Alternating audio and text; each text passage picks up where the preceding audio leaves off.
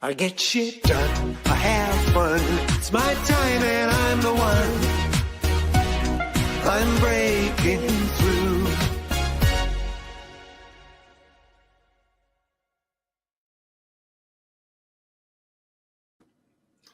Hello and welcome to another episode of the Business Renovator. I'm your host, Coach Phil.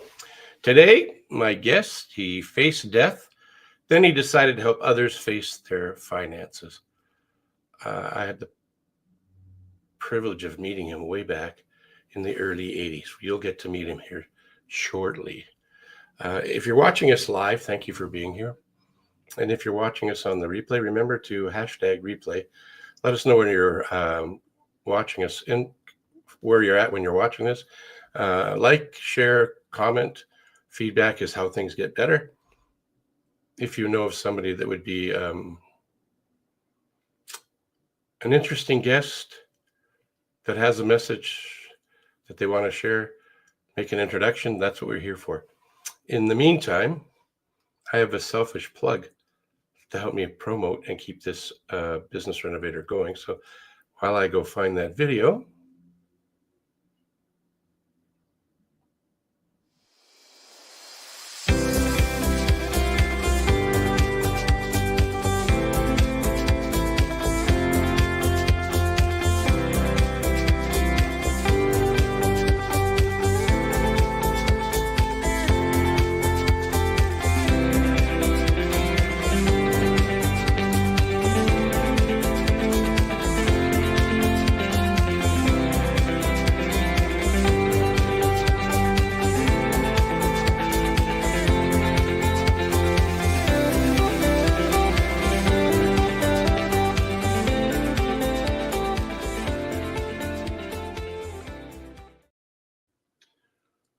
a 30-minute, no obligation, no credit card required to do an assessment. Just go to coachphil.ca, go to the top of the website. There's a business growth score assessment. Take that. It's free, no credit card required at all, really. And then you may find that you can pat yourself on the back. Everything you're doing is working as designed and as you had hoped. Nothing more to do except for stay the course. But you might find there's an area there to sharpen up or get a question. If you watch this show, and tell us in an email that you would like to have a 30-minute complimentary coaching session. Be happy to do that, help answer your question and help you along the way. And I don't waste any more time talking about that. I want to get my guest up on the screen here because he's an interesting dude. I had an opportunity, as I mentioned, to meet him in the early 80s in a different life, in a different place. And he was the first person that helped me understand who Brian Tracy is. And the focal point name came from Brian and his partner. They actually even have a book called Focal Point. Quite good. You might want to go grab a copy. But in the meantime, let's bring my guest on. He faced death, then decided to help others face their finances. Bryce Medd is an original in the every sense of the word, from selling Fuller brush door to door to climbing the Himalayas. Bryce has hustled, healed, and helped others do the same thing. I know that he's working with a former client, and a good friend of mine, and he's doing that for him because that's what he told me. And he's the founder of the company, the Wealthy Tortoise Financial Group. Bryce brings over 40 years of holistic financial wisdom to business owners, families, and their teams. He's a pioneer in Canada's original RFP, and he's who's seen it all and simplified it. If your finances feel like a mess, he turns chaos into clarity. So let's see what we can find out from Bryce Medd today. I'm going to bring him up. Bryce, welcome to the show. Hi.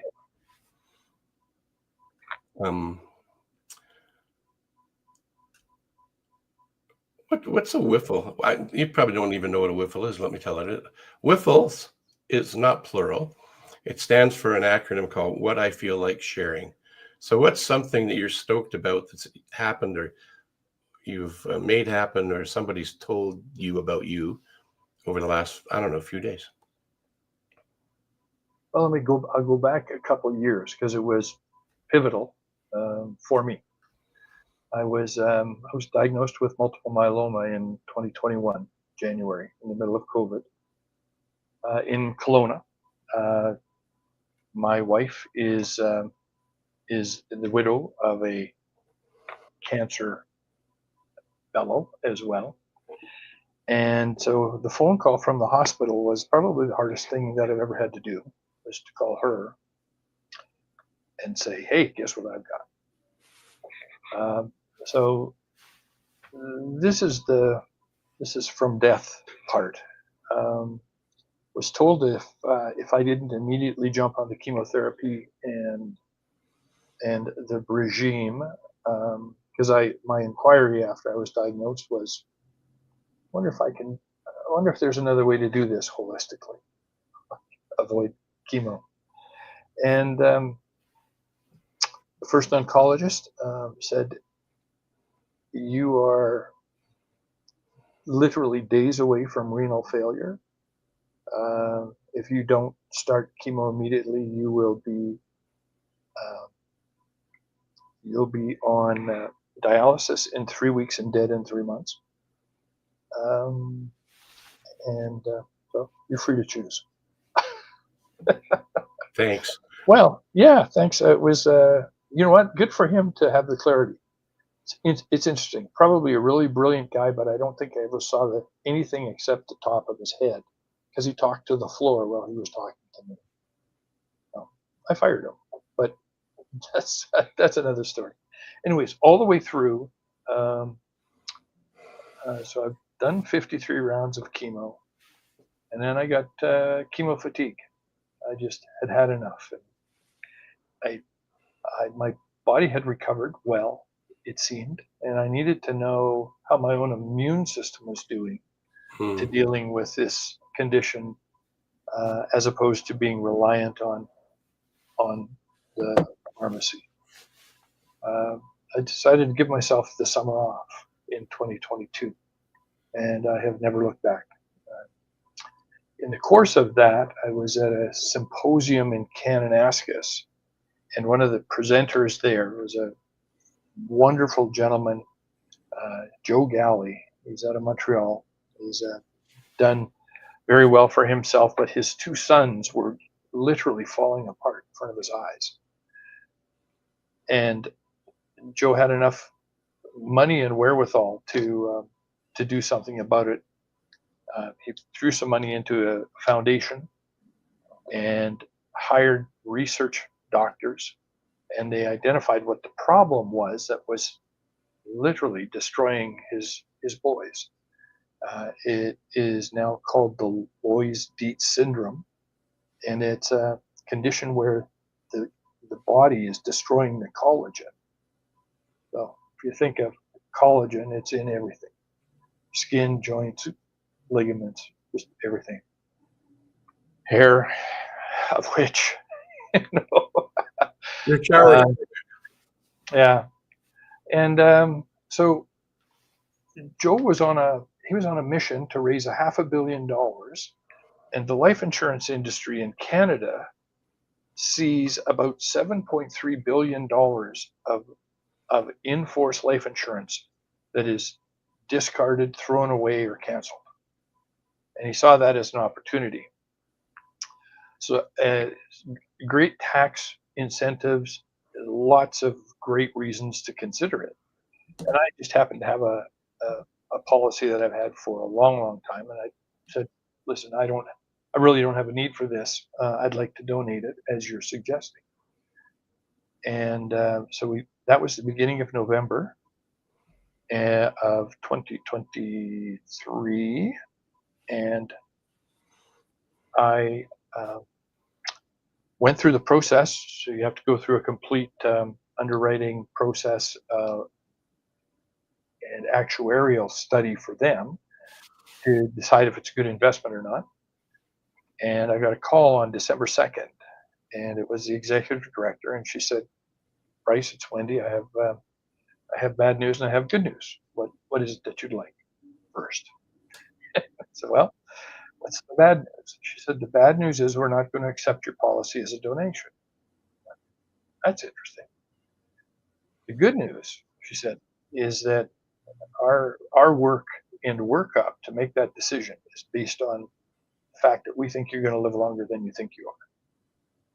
And that was the big aha moment for me when I really realized in my face that I was living trying not to die, and I was not living my life.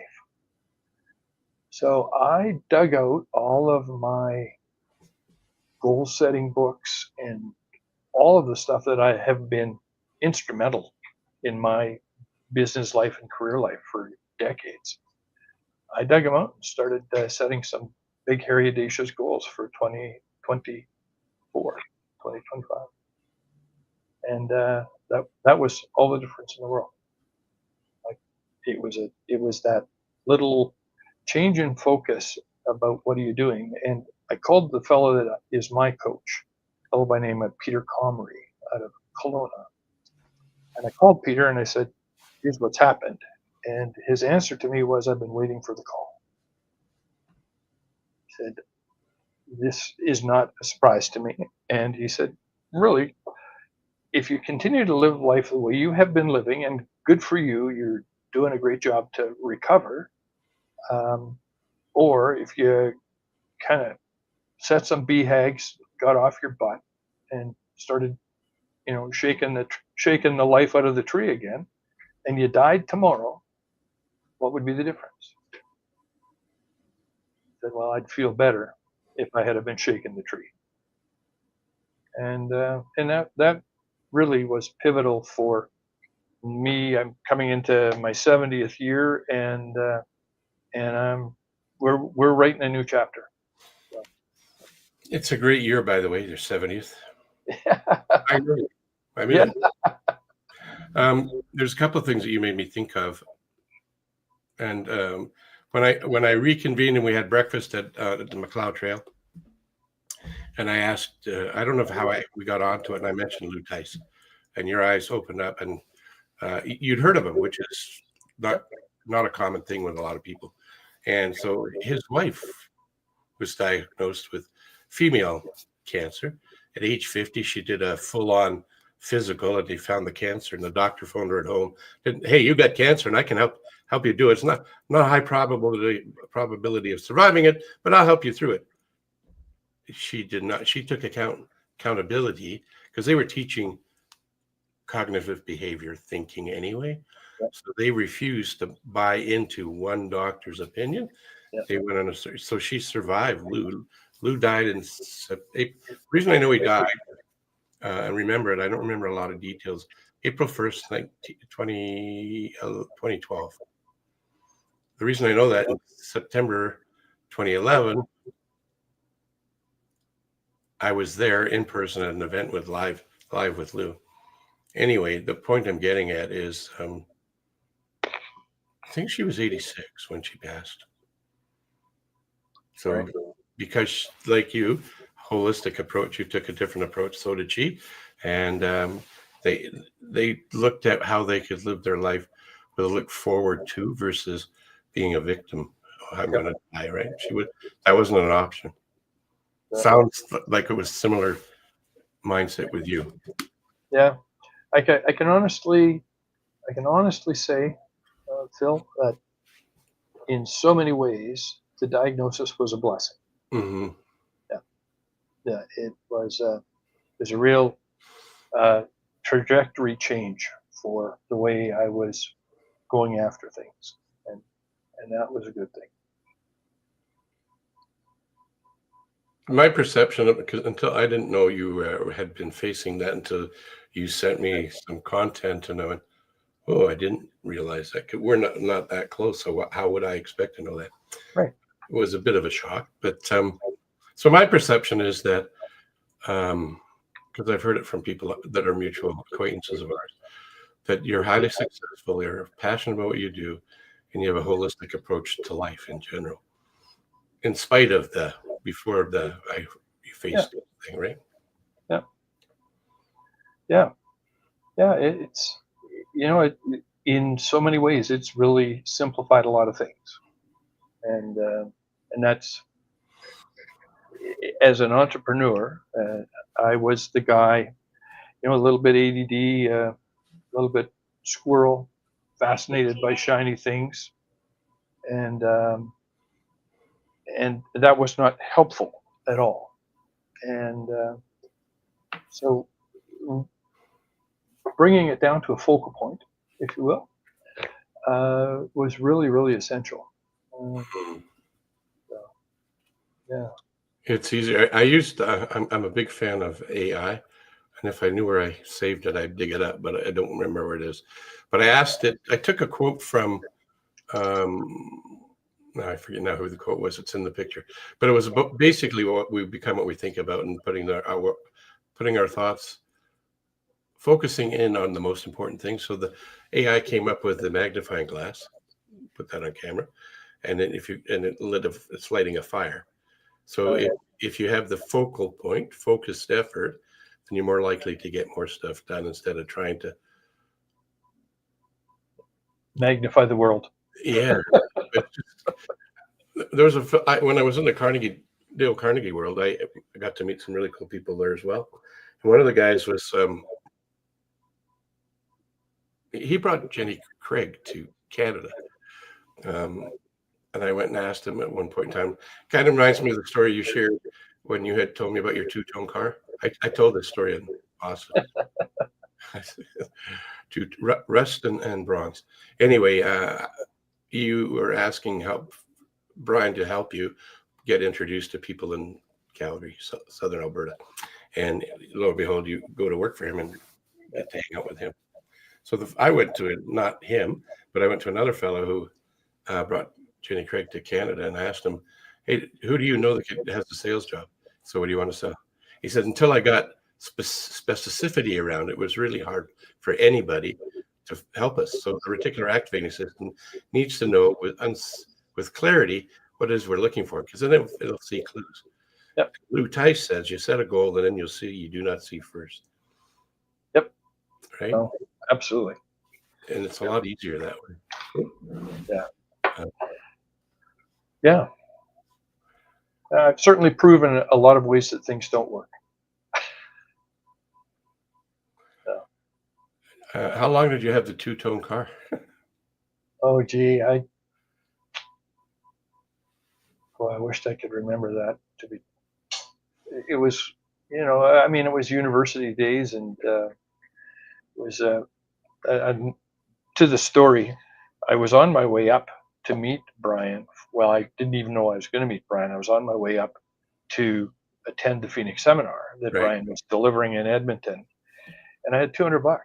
I had $200, and 95 of it was going to go to pay for the seminar, and the rest was going to be gas and a few burgers along the way.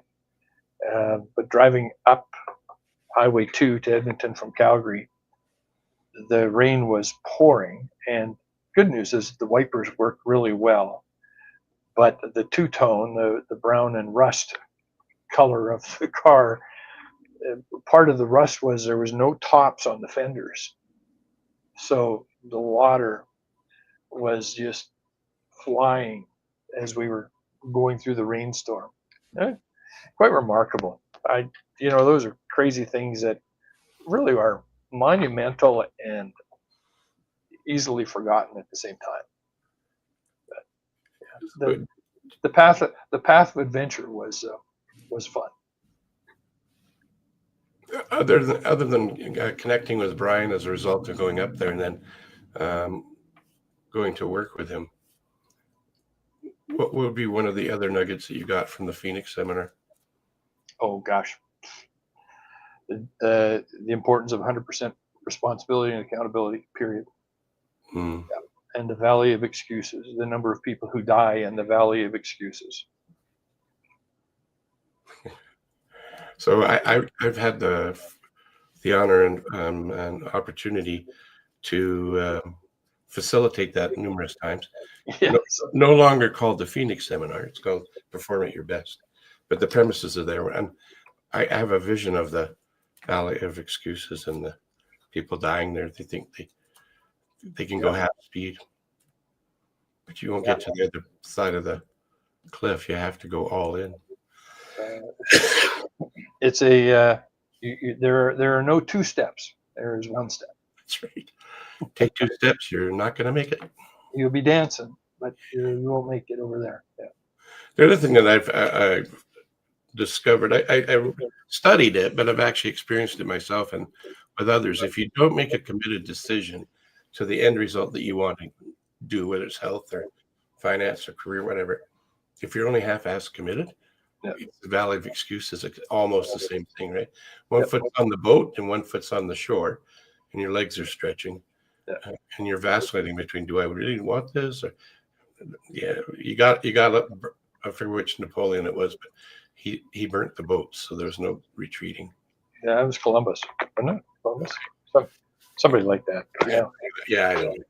Yeah, But it's sorry, I was going to share, if I may. When I was climbing in the Himalayas, we were trekking up. It's called the Sange River Valley, and it was fairly steep, but still we were below 12,000 feet, so it was lots of vegetation, and the river valley was very dramatic and gorgeous with the mountains, in behind, and we were on like just a little wildlife path. It was about, I maybe call it, be generous, a foot. And I've got on a pack. I am absolutely overwhelmed by the beauty that is around me. And I'm going up this very narrow path, and it's pretty steep on this side, and it's pretty steep below me down to the river. And across the valley was a gorgeous waterfall. And in a moment of a lack of focus, so my focus should have been doing what I was intent on doing, which was navigating and getting across this valley and this steep slope on this path. And I decided instead that I wanted to be a tourist. But I wanted to be a tourist while I was still trying to advance on the path. And I caught my toe on the smallest of rocks, and I ended up, it was a thistle, and a little shrub that was growing out of the side of the hill. And I was on my hands and knees with my other foot dangling on the other side. And that was just a real reminder that it was as simple as the focus was one foot in front of the other, moving in the direction of my intention. And if I wanted to be a tourist, then I needed to stop trying to advance and take all the pictures and take it in as much as I wanted, but don't try to do the two same things at the same time. It would kill me, literally. Yeah, I was going to take the words right out of my mouth. Yeah, trying to do too many things at once is a challenge. It's hard to do anything. If you're not laser focused on what you want to, not to say you can't do multiple things, but well, let's give Brian some more kudos, and even Jack Canfield for that matter, because Jack Canfield has this thing here called, let's see if my there actually it's a good picture. It's backwards, but rule of 5. So the rule of 5 could be eat that frog. So if you got 5 frogs to eat the biggest, ugliest frog first, as Brian Tracy would tell us because of Mark Twain and his wonderful book with 21 great ideas to get more stuff done. And you work on the first, focus on the first thing. Like the first thing in that climbing is not to be a tourist. It's to focus on climbing. Or as you say, be a tourist and take a break from eating the frog. And then adding the other component of eating the frog is if you've advanced as far as you can in eating the frog and you're reliant now on feedback or help from somebody else, go to frog number 2. And then eat that one until you can't go any farther, and then go to frog number 3. you might not get to the other couple of frogs, but you'll get way more stuff done by putting the focus on the priority. Right. Yeah. That was a momentous moment, a time. When was that trip climbing the Himalayas? 2017. Actually, interestingly enough, a little backstory to that. I was running a real estate development company at that time, for the most part, and we ended up we were being sued, and so amidst everything, I had our work in attempting to defend ourselves. I had a planning practice, so this is just to highlight what not to do. We had in that period of time, we went through 3 CRA audits on the development company, and a dear friend of mine and someone you probably know, Vince Bocente. You know Vince? Vince is a Hall of Fame speaker out of Edmonton, Sherwood Park. No, I haven't come across. And this was Vince's sixth expedition. And he called me up and he said, I'm putting my team together and I want you on it. And I said, I have so much going on right now. I couldn't even conceive of it, although it was a year out. I said, yeah, well, okay, whatever. Think about it. I'll call you tomorrow.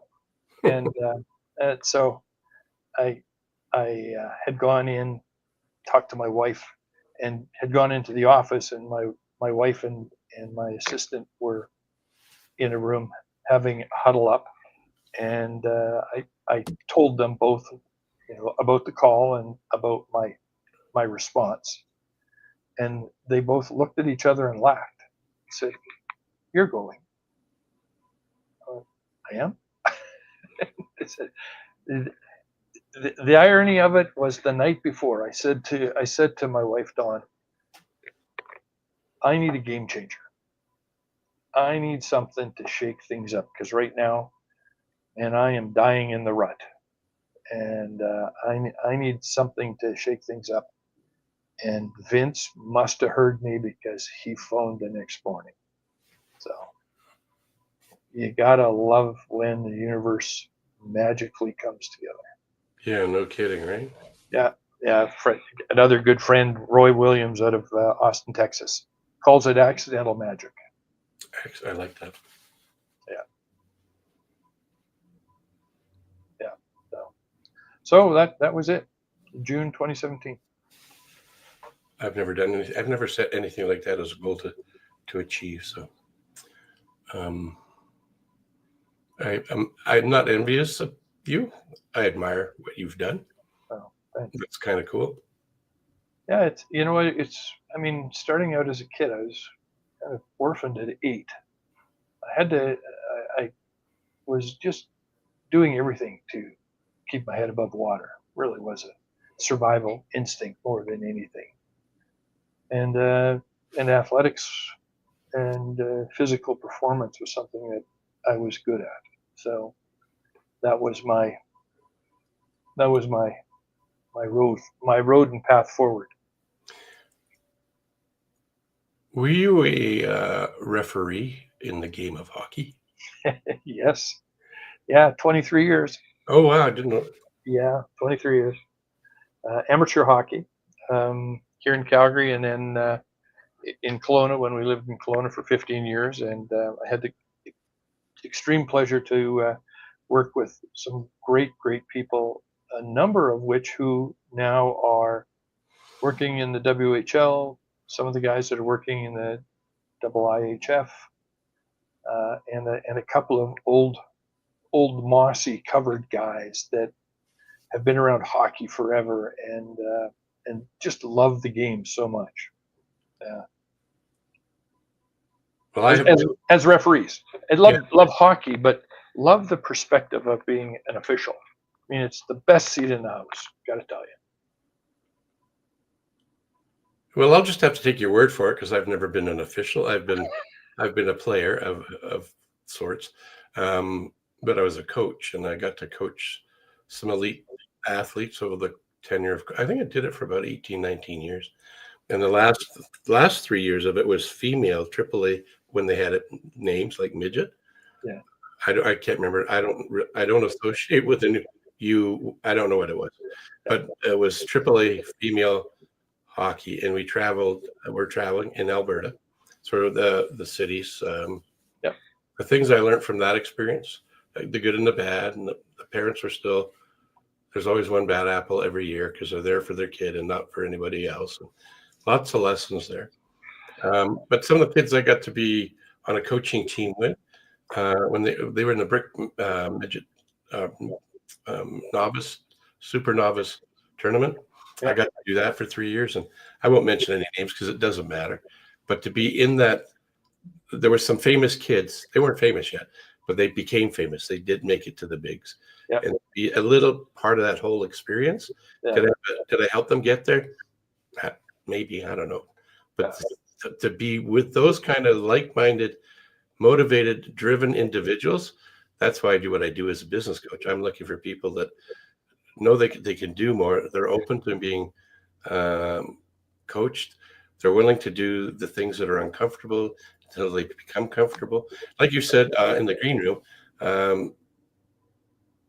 when you run into somebody who's not an ideal client, won't do the work, we don't have to work with anybody. And you sit next. That's so true.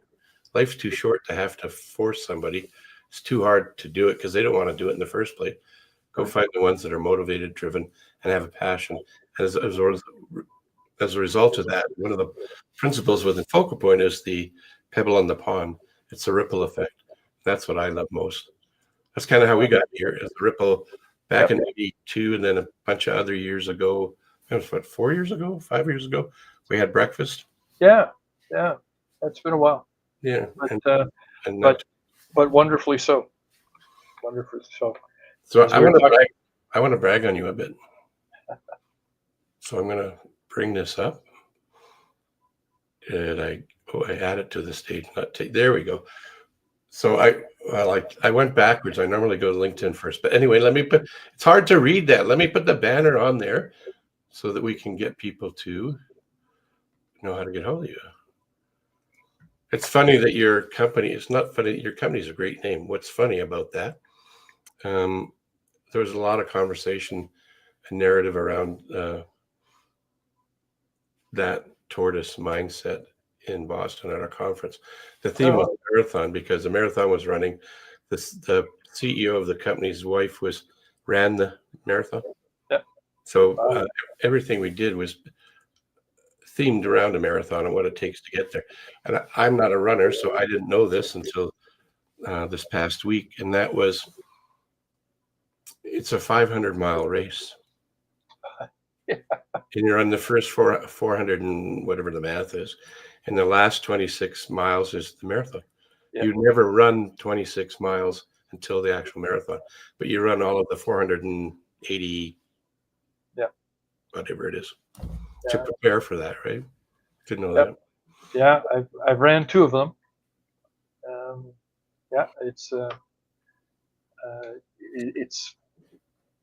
It's an interesting focus and commitment to a goal far off, like, making a decision. And the minute that I said yes to Vince, sorry to just bounce back, the minute I said yes to Vince, the preparation began, right? The preparation for something a year in advance, which is no different than us setting goals, business goals, for a year and 3 years and 5 years. But it's in a different context, right? It's something that's a little more physical. And the first marathon was 4 of us down at the 1886 Cafe in Calgary when it was still there, and Vince, that I referenced earlier, Vince Placente. Vince had just come back. He was at the Albertville Olympics in the demonstration sport of speed skiing. Hmm. Look Vince up, Vince Poscente, Poscente. He is just a dynamic and fabulous speaker. Has written 5 books. He's a great human. And I love his analogy. His description of speed skiing is, said, just imagine skiing down the front of your fridge. That's speed skiing. All to gain speed to go through speed trap, Yeah. and not blow yourself up and and do great harm in the process. So yeah. That's impressive. Now I want to go to your LinkedIn. So again, it's really hard to read it Yeah. here, but it's right here. So if people want to connect to you, learn more about you, they can go there and reach out, right? Yeah. Connect, I think it's a message. Well, I get to message because we're already connected.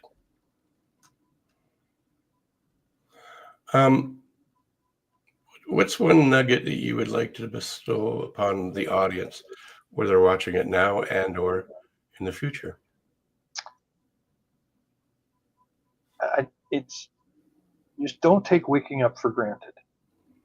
Today, every day, whether you've gotten a diagnosis or not, don't take for granted the gift that today represents to you, and just shake the hell out of life.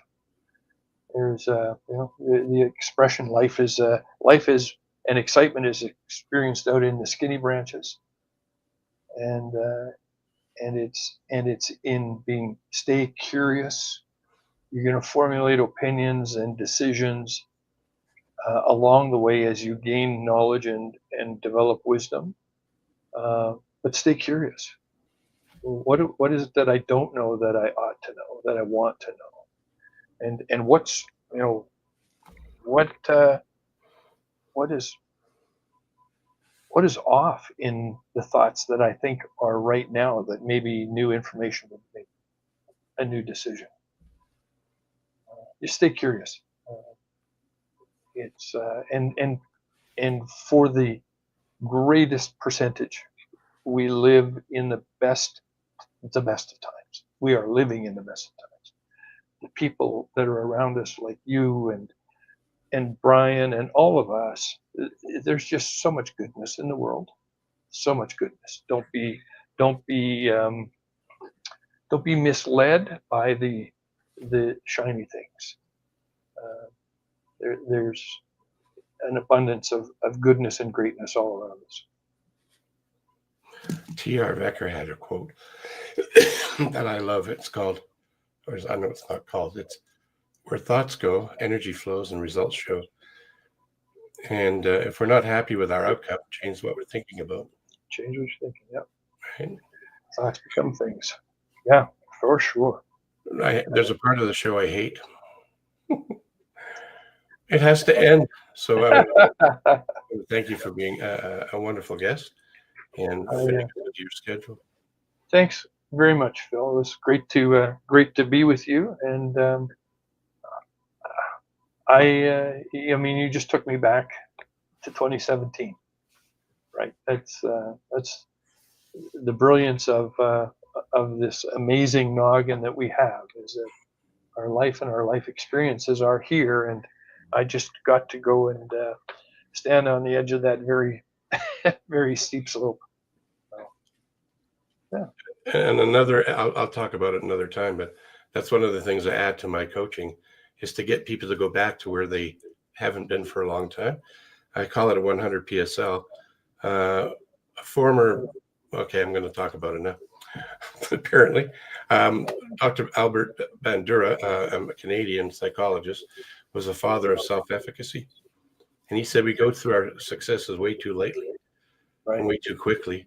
So the 100 PSL is an exercise to go through what did you do from the time you were born to where you are now, Right. big or small, recall them all. And if you being here and reliving that scary, exciting, Mhm. 12-inch ledge and focus on that, just think about all of the other things you've done, who you've helped, what you've overcome, what you've learned. It increases, as Blue Tice says, it increases our causative power. Very much. Our- Yeah. our No, get it's done. a good, healthy place to be, actually. Anyway, I better wrap this up, or we'll be too long and nobody want to watch us. Okay. Thank you, my friend. Talk to you soon. Bye now. Okay, so if you didn't get anything out of this, I don't think you were listening, or you got maybe on your own tangent of your own 12-inch ledge and you went back and recalled it. That's okay too. So skinny branches is where to live. Stay curious, be fascinated, and focus on one or two things and avoid the shiny objects is what I got out of that, amongst other things, but that's what I wanted to wrap up the show with today. I want to put up something that came from another mentor of mine, and I just need to go here and put this up for you all to see. Oh, wrong finger. Weather guy, this side. The U represents you. You're unique and you're wonderful. So I challenge you to continue being your wonderful, unique self. Until next time, I'm Coach Phil, the host of this show, The Business Renovator. We'll see you next time when we're on with another guest that's going to share their wisdom and insights.